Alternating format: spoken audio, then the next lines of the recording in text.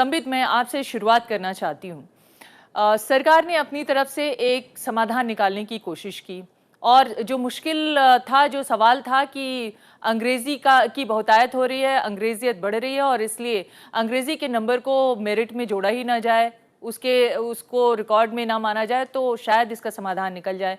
लेकिन न छात्र संतुष्ट हैं और न ही विपक्ष संतुष्ट है। तो अब आप लोग क्या करेंगे?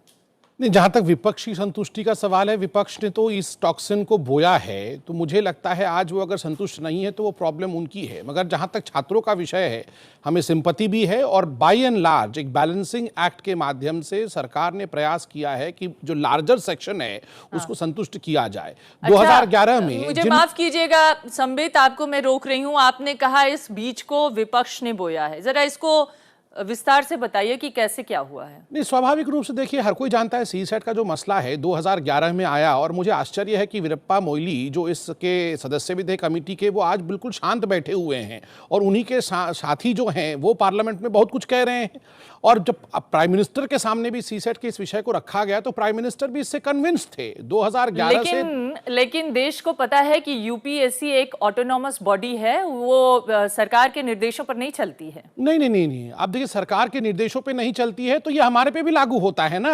आप सिलेक्टिवली कहेंगे कि 2014 से पहले यूपीएससी ऑटोनोमस थी और सरकार की बातें उस पे नहीं चलती है, और अब 2014 में इन 2 महीनों में कहेंगी कि सरकार जो निर्णय ले रही है वही यूपीएससी पे लगेगा, तो मैं इसे सिलेक्टिविटी कहूंगा। खैर, आपने मुझसे इतिहास मांगा था तो मैं स्पष्ट में ये कह दूं कि 2011 से लेकर अब तक जो सरकार थी वो इस पर मौन व्रत धारण किए हुए थी। उसके पश्चात जब उन्हें लगा कि एक कमेटी बैठाना चाहिए, एक कमेटी, अरविंद वर्मा कमेटी भी उन्होंने बैठाई और डेमोक्रेटिकली इलेक्टेड गवर्नमेंट द्वारा एक कमेटी बैठी थी। लेकिन इस बात को आप क्यों नहीं मेंशन कर रहे हैं कि दीनानाथ बत्रा जी ने इस मामले में हाई कोर्ट में पीआईएल दायर की थी और तब ये जाकर बड़ा मुद्दा बन गया था। तो स्वाभाविक और दीनानाथ बत्रा जी का संबंध किससे है? नहीं, इस बात को आप क्यों छुपा रहे हैं? नहीं, छुपाने वाली बात क्या है? दीनानाथ बत्रा क्यों? मैं तो कहता हूं अगर हमारे पार्टी से भी कोई पीआईएल डाले तो इसमें बुराई क्या है? ये एक स्वतंत्र देश है, कोई भी पीआईएल डाल सकता है और विषय को आगे बढ़ाया जा सकता है। आप फिर ये कैसे कह रहे हैं कि इसका बीज यूपीए ने बोया था? तो बीज किसने? पीआईएल हाईकोर्ट में किसके खिलाफ डाला? जो बीज यूपीए ने बोया था उसके खिलाफ डाला,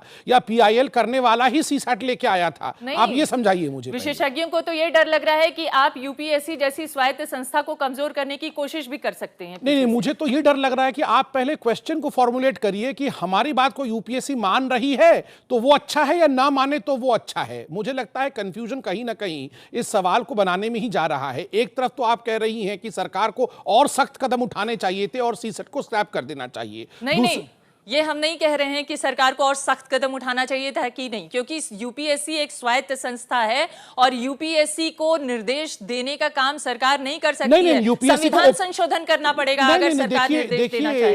अमृता जी, यूपीएससी ये विषय हमें पता है, इसलिए हमने यूपीएससी को अपना ओपिनियन रखा। या मैं यह भी बता दूं कि 24 अगस्त को जो प्रीलिम्स एग्जाम होने वाले हैं उसको स्थगित करने के विषय में भी सरकार ने मन बनाया था। सरकार के डीओपीटी ने एक चिट्ठी लिखी थी यूपीएससी को, यूपीएससी ने उसे स्वीकार नहीं किया। यूपीएससी ने यह लिखा कि क्यों नहीं ये स्थगित हो सकता है। क्या सरकार ने कोई बाध्यता बनाई? बिल्कुल नहीं, सरकार ने कोई बाध्यता नहीं बनाई। सरकार ने सभी पक्षों को सुना, उसके पश्चात उन्होंने सदन के पटल में जो हमारे डेमोक्रेसी का रूल है, क्वेश्चन के आंसर में अपने ओपिनियन को रखा है। ये ओपिनियन सरकार के ओपिनियन के रूप में यूपीएससी को जाएगी। और जब ये ओपिनियन गठित हुआ तो मैं बता दूं 2 यूपीएससी के सदस्य भी मौजूद थे। स्वाभाविक रूप से ये एक सबके रजामंदी से बनाई हुई। चलिए हम इस संवैधानिक सवाल को आगे बढ़ाते हैं। आप ये कह रहे हैं, आप हमारी बात को मान रहे हैं, लेकिन क्या संवैधानिक संस्था होने के नाते, जिसको बार बार हम कह रहे हैं कि यूपीएससी एक ऑटोनॉमस बॉडी है और जिस तरह से यूपीएससी ने फैसला लिया उस पर आज भी कायम है, अगर सरकार के इस जवाब को भी, पार्लियामेंट के जवाब को भी देखें तो उससे यही लगता है कि यूपीएससी ने जो सीसेट का स्टैंड लिया उस पर आज भी कायम है, तो सरकार की इस पूरी कवायद का कुछ अर्थ निकल रहा है। मैं 2-3 बातें कहूंगा। संबित की लगभग सारी बातों से मैं असंतुष्ट हूँ, विरोध करूंगा हर बात का पॉइंट्स में। पहली बात वो ये कह रहे हैं कि लार्जर सेक्शन की प्रॉब्लम को सॉल्व कर दिया गया है, ये एकदम गलत बात है। लार्जर सेक्शन को दिक्कत 8 क्वेश्चन से नहीं थी। 8 क्वेश्चन केवल 20 नंबर के, 35 क्वेश्चन जो लगभग 80 नंबर के, उनमें ट्रांसलेशन की दिक्कत है। ट्रांसलेशन की दिक्कत क्या होती है, मैं आपको एग्जाम्पल देता हूँ। आज के एग्जाम्पल लीजिए, विजय सिंह साहब जो यूपीएससी के मेंबर थे, सीसेट को लाने में उनकी भूमिका थी। आज उन्होंने एक स्टेटमेंट दी अखबार में, मैं आपको 2 हिंदी में इंग्लिश में पढ़ के सुनाता हूँ। इंग्लिश में लिखा है, Mr. Vijay Singh said the government succumbed to the goons lobby while saying that marks of the English comprehension paper in the preliminary exam should be excluded for merit or gradation. इसका मतलब जो मैं समझ पा रहा हूँ वो ये है, उन्होंने कहा कि गुंडा लॉबी के सामने सरकार झुक गई, जबकि साथ में ये भी कहा कि इंग्लिश के नंबर नहीं जोड़ने चाहिए।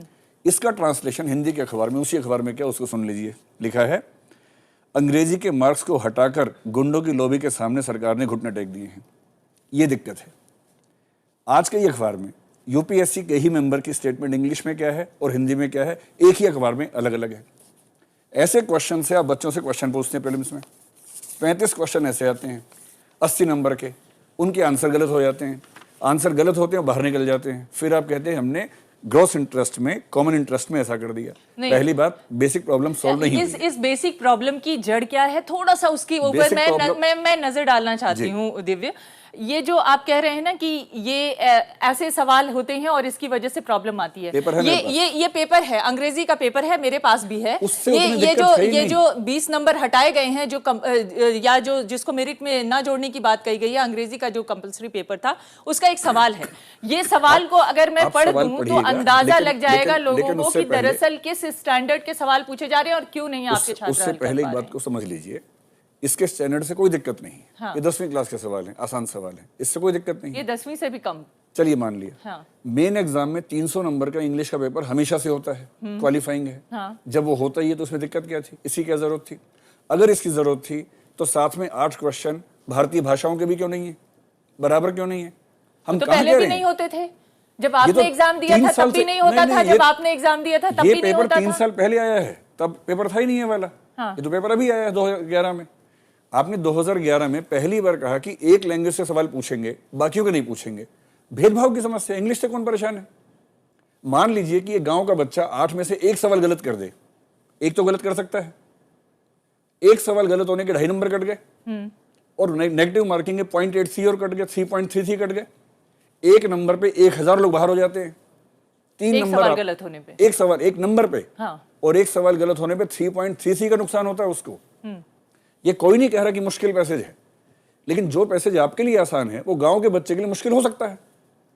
आसानी का फैसला कौन करेगा? नहीं, लेकिन बात यह है दिव्य कि अगर आप सिविल सर्वेंट बनना चाहते हैं, देश की सर्वोत्तम नौकरी में जाना चाहते हैं, तो आप अपने लिए क्या स्टैंडर्ड चाहते हैं? कोई मना नहीं कर रहा। आप इंग्लिश मेंस में क्वालिफाइंग पेपर लेते हैं, लीजिए। हाँ। लेते ही हैं, हिंदी का भी होता है, रीजनल लैंग्वेज का भी होता है, इंग्लिश का भी होता है, इसमें दिक्कत क्या है? उसको टफ कर दीजिए। आप पहले राउंड में सीसेट को इंट्रोड्यूस, एक मिनट, प्रीलिम्स के राउंड में आपने 70% पॉपुलेशन को बाहर कर दिया। यूपीएससी के मेंबर KS चेलम, आज के अखबार में उनका लेख है हिंदू में, वो लिख रहे हैं कि सीसेट गलत है क्योंकि 70% लोगों को, गांव के लोगों को बाहर कर देता है। KS चेलम का आर्टिकल है हिंदू में आज, उसको पढ़िए। इससे भी संतोष ना मिले। नहीं, सवाल ये है कि आपको अगर लड़ाई लड़नी है तो आप उस व्यवस्था के खिलाफ लड़ाई लड़िए जिस व्यवस्था ने हिंदी मीडियम की पढ़ाई को इतना कमजोर कर दिया कि एक वक्त में हिंदी मीडियम से पढ़ के टॉप करने वाले IAS ऑफिसर आज की स्थिति में वो कह रहे हैं, वो खुद मान रहे हैं कि आज हिंदी मीडियम का बच्चा इसको क्वालिफाई नहीं कर सकता क्योंकि उसकी पढ़ाई का स्टैंडर्ड ही वो नहीं है। तो पढ़ाई का स्टैंडर्ड खराब करने की लेकिन बावजूद इसके आप लोगों ने इसको इंट्रोड्यूस क्यों किया, मुझे ये बताइए। क्योंकि आज जिस तरह से हजारों लाखों बच्चे इसका विरोध कर रहे हैं, एक तरह से राजनीतिक मुद्दा बन चुका है ये। आप या तमाम आप जैसे यूपीएससी को समर्थन देने वाले लोग फिर भी ये मान रहे हैं कि ये सीसेट का पैटर्न बिल्कुल ठीक है और हमारे देश के सिविल सेवा में आने वाले लोगों को इसको क्वालिफाई करना जरूरी है। मैं हिंदी भाषी रहा हूँ हमेशा से। हाँ। और हिंदी में ही मैंने हाई स्कूल इंटर वगैरह किया था। मेरी सारी संवेदनाएं और संपत्ति हिंदी वालों के साथ हैं, लेकिन नीति बनाते समय दिल से नहीं दिमाग से काम लेना पड़ता है। तो इसलिए जब नीति बनाते थे पहला सवाल ये था हमारे सामने कि ये जो सर्विसेज हैं, चाहे IAS हो, रेवेन्यू सर्विस है, रेलवेज है, ऑडिट अकाउंट्स है, फॉरेन सर्विस है, इन सब की कॉमन रिक्वायरमेंट क्या है? इनकी कॉमन रिक्वायरमेंट को देखते हुए ही इम्तहान हो सकता है। तो जब तक उस कमेटी ने ये तय किया कि रिक्वायरमेंट ये है कि भाई एक तो उसका लॉजिकल कॉम्प्रिहेंशन होना चाहिए, उसको थोड़ी बहुत अंग्रेजी भी आना चाहिए, साथ ही साथ उसको नंबर्स के साथ फ्लेयर होना चाहिए क्योंकि अगर आप इनकम टैक्स में, रेलवे अकाउंट्स में, IAS में, आपको यही पता नहीं है भाई कि इन्फ्लेशन में और रेट ऑफ इन्फ्लेशन में क्या अंतर है।